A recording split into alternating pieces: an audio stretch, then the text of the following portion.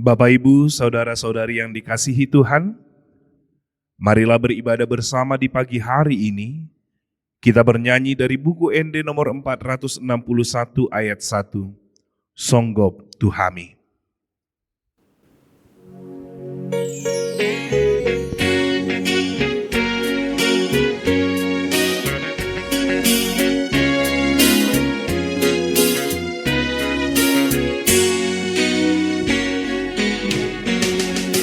Songgop Tuhami na di Solomon, oton dini debataki, uhir pating muturo hakinon, oton dini debataki, bereng sihol hudi haroromi, molohoro dahi sarton diki, dinihon matu awon apimi, oton dini debataki.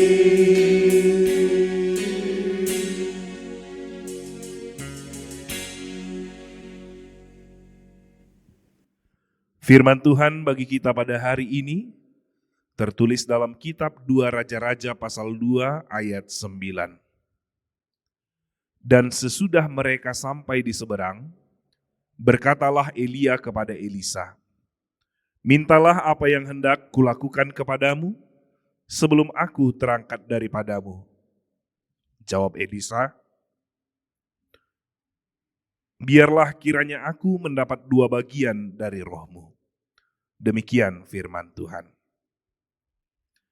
Bapak, Ibu, saudara-saudari yang diberkati Tuhan, jika diberi satu kesempatan untuk meminta apa saja kepada Tuhan, apa yang akan kita minta pertama?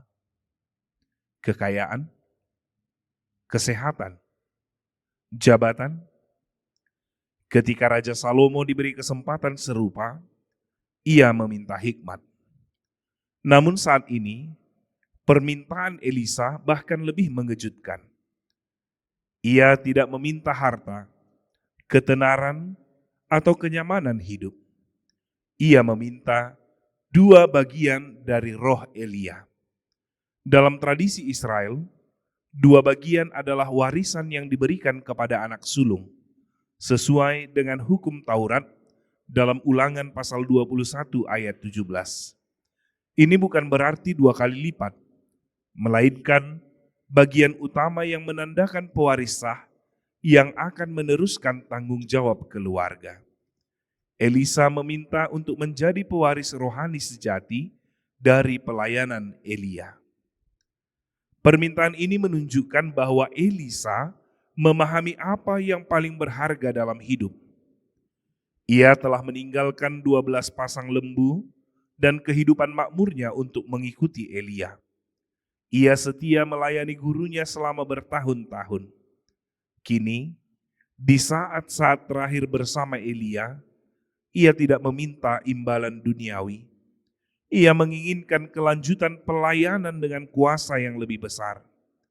Elisa tahu bahwa tanpa urapan roh Allah, pelayanan hanyalah aktivitas kosong tanpa kuasa.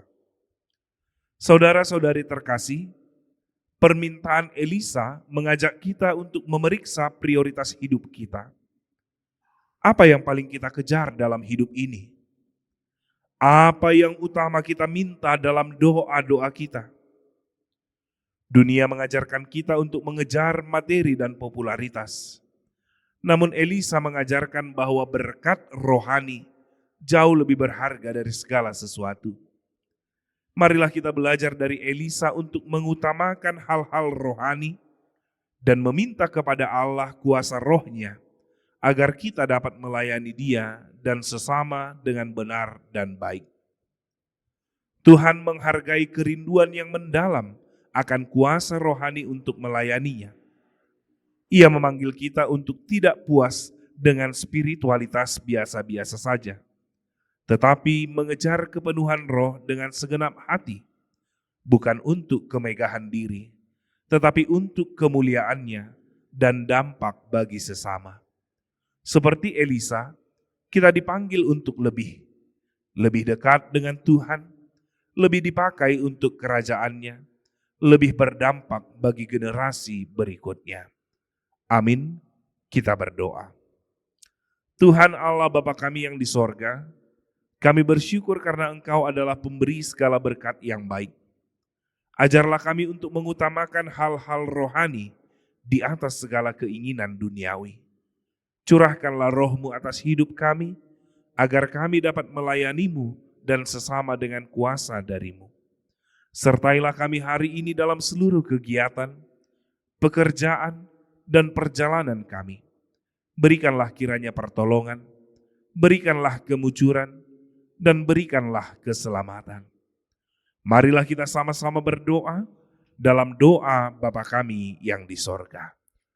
Bapa kami yang di sorga, dikuduskanlah nama-Mu, datanglah kerajaan-Mu, jadilah kehendak-Mu di bumi seperti di sorga. Berikanlah kami pada hari ini makanan kami yang secukupnya, dan ampunilah kami akan kesalahan kami, seperti kami juga telah mengampuni orang yang bersalah kepada kami. Dan janganlah membawa kami ke dalam pencobaan, tetapi lepaskanlah kami daripada yang jahat. Karena Engkaulah yang punya kerajaan, dan kekuasaan, dan kemuliaan sampai selama-lamanya. Amin. Anugerah dari Tuhan Yesus Kristus, kasih setia Allah Bapa, dan persekutuan Roh Kudus kiranya menyertai kamu sekalian. Amin.